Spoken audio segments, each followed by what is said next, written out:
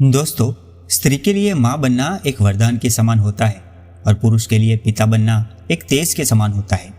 इस दुनिया का हर पुरुष और स्त्री जो सांसारिक जीवन जीना चाहते हैं, उनके मन में यह इच्छा अवश्य होती है कि वो एक तेजस्वी बच्चे को जन्म दे, फिर चाहे वो लड़का हो या लड़की।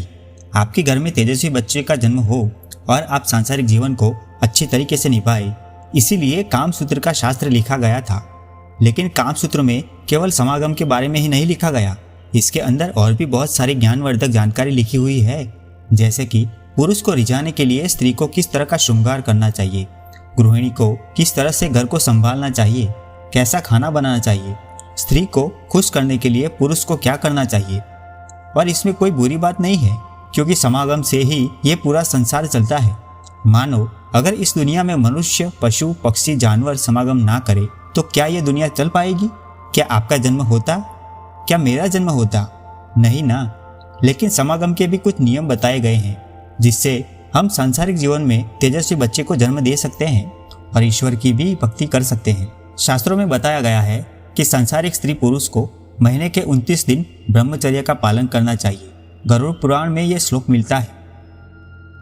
इस श्लोक का अर्थ है, ज्ञानी लोग पुत्र प्राप्ति के लिए समागम करते हैं, वो भी ऋतुचर्या के यानी कि मासिक के 3 दिन के बाद, और वो भी चौथे दिन को, जब स्त्री पानी से नहाकर शुद्ध हो जाए उसके बाद। शास्त्रों में स्त्री के लिए 16 दिन ऋतुचर्या के लिए बताए गए हैं। उसमें पहले 3 दिन को अपवित्र माना गया है, उसके बाद के 13 दिन समागम के लिए उत्तम माने गए हैं। अगर आप तेजस्वी संतान की इच्छा रखते हो तो आपको ऋतुचर्या के 16वें दिन ही समागम करना चाहिए।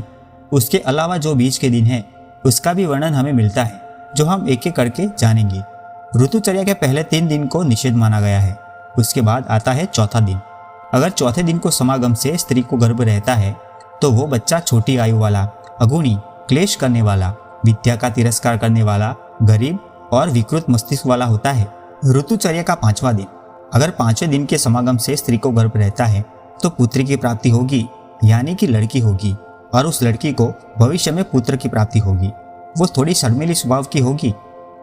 ऋतुचर्या का 6ठा दिन। अगर 6ठे दिन के समागम से स्त्री को गर्भ रहता है तो उस कपल को पुत्री की प्राप्ति होगी। वो लड़का माता पिता की सेवा करने वाला होगा। ऋतुचर्या का 7वां दिन। अगर 7वें दिन के समागम से स्त्री को गर्भ रहता है तो वो लड़की होगी। ऋतुचर्या का 8वां दिन। अगर 8वें दिन के समागम से स्त्री को गर्भ रहता है तो उस स्त्री को पुत्र की प्राप्ति होगी और वो बलवान होगा, दृढ़ संकल्प वाला होगा। ऋतुचर्या का 9वां दिन। अगर 9वें दिन के समागम से स्त्री को गर्भ रहता है तो पुत्र की प्राप्ति होगी। ये लड़की भाग्यशाली होगी और उसके जन्म के बाद घर की समृद्धि बढ़ेगी, मान सम्मान मिलेगा। ऋतुचर्या का 10वां दिन। अगर 10वें दिन के समागम से स्त्री को गर्भ रहता है तो उनको पुत्र की प्राप्ति होगी। ये लड़का दीर्घ आयु वाला और श्रेष्ठ पुत्र होगा। ऋतुचर्या का 11वां दिन। अगर 11वें दिन के समागम से स्त्री को गर्भ रहता है तो पुत्री की प्राप्ति होगी, लेकिन ये लड़की अधर्मी और पापी कन्या होगी। ऋतुचर्या का 12वां दिन। अगर 12वें दिन के समागम से स्त्री को गर्भ रहता है तो उनको पुत्र की प्राप्ति होगी। यह लड़का ज्ञानी होगा और समाज में नाम रोशन करने वाला होगा। ऋतुचर्या का 13वां दिन। अगर 13वें दिन के समागम से स्त्री को गर्भ रहता है तो उनको पुत्री की प्राप्ति होगी, लेकिन यह संतान पाप करने वाला होगा। ऋतुचर्या का 14वां दिन। अगर 14वें दिन को समागम से स्त्री को गर्भ रहता है तो कपल को पुत्र की प्राप्ति होती है और वो पृथ्वीपति, एक राजा के समान राज करने वाला होता है, दुनिया में नाम रोशन करने वाला होता है। ऋतुचर्या का 15वां दिन। अगर 15वें दिन के समागम से स्त्री को गर्भ रहता है तो उनको पुत्री की प्राप्ति होगी।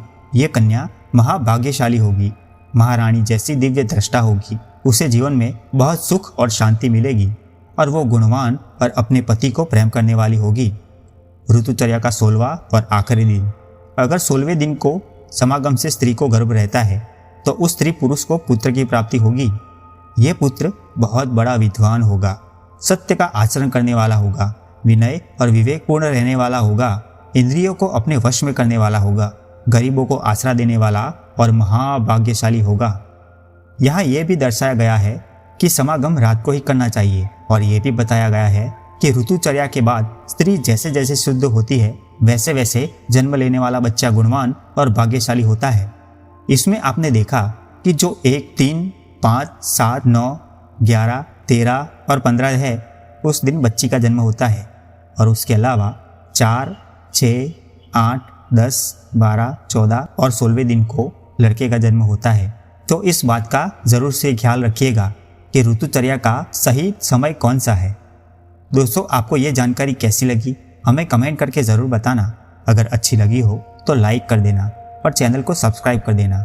दोस्तों, अगर आप भी इस जीवन में मोक्ष को प्राप्त करना चाहते हो तो इस वीडियो को ज़रूर देख लेना।